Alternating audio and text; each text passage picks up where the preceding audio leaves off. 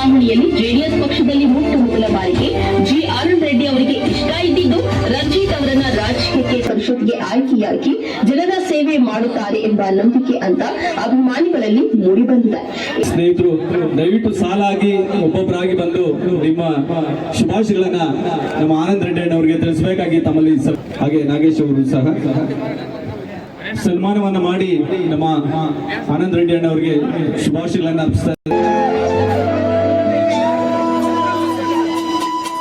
ಇವರ ಧರ್ಮಪತ್ನಿ ಗೀತಾ ಆನಂದ್ ರೆಡ್ಡಿ ಮಾಜಿ ಜಿಲ್ಲಾ ಪಂಚಾಯಿತಿ ಅಧ್ಯಕ್ಷರು ಆನಂದ್ ರೆಡ್ಡಿ ಬಂದಿರುತ್ತಾರೆ.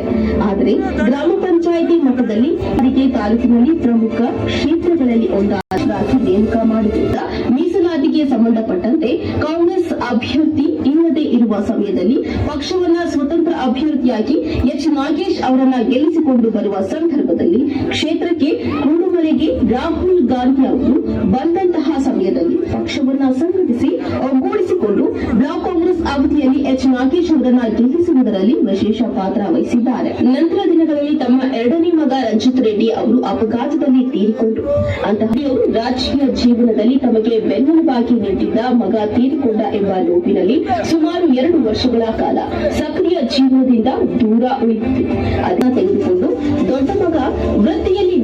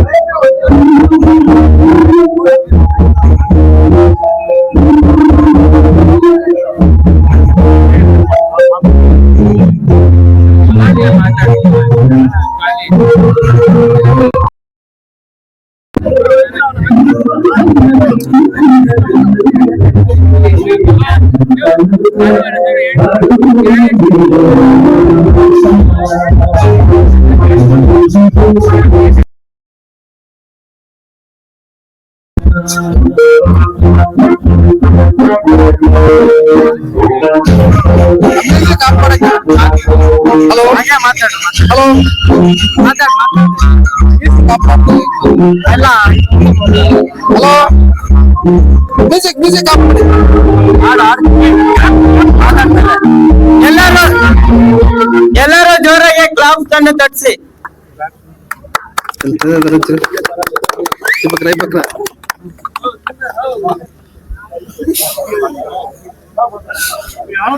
ನಮ್ಮ MR ಮುರಳಿ ಅವರ ತಂಡದವರು ಆನಂದ್ ರೆಡ್ಡಿ ಅಣ್ಣವರ ಆಲ್ಫಾ ಬಿಟ್ಸ್ ಅಲ್ಲಿ ಒಂದು ಕೇಕ್ ನ ತಂದಿದ್ದಾರೆ. ಈಗ ಕೇಕ್ ನ ತಮ್ಮಲ್ಲಿ ಮನವಿ, ದಯವಿಟ್ಟು ಒಬ್ಬೊಬ್ಬರಾಗಿ ವೇದಿಕೆಗೆ ಬಂದು ನಮ್ಮ ಆನಂದ್ ರೆಡ್ಡಿ ಅಣ್ಣವರಿಗೆ ಶುಭಾಶಯಗಳನ್ನ ತಿಳಿಸಬೇಕಾಗಿ ತಮ್ಮಲ್ಲಿ ಸವಿನಯ ಮನವಿ ಮಾಡ್ತಾ ಇದ್ದೀವಿ. ಗೀತಾ ಆನಂದ್ ರೆಡ್ಡಿ ಮಾಜಿ ಜಿಲ್ಲಾ ಪಂಚಾಯಿತಿ ಅಧ್ಯಕ್ಷರು ಆನಂದ್ ರೆಡ್ಡಿ ಅವರಿಗೆ 2 ಗಂಡು ಮಕ್ಕಳು. ಮೊದಲನೇ ಮಗ ಡಾಕ್ಟರ್ ಎ ಭರತ್, ಎರಡನೇ ಮಗು ದಿವಂಗತ ರಂಜಿತ್.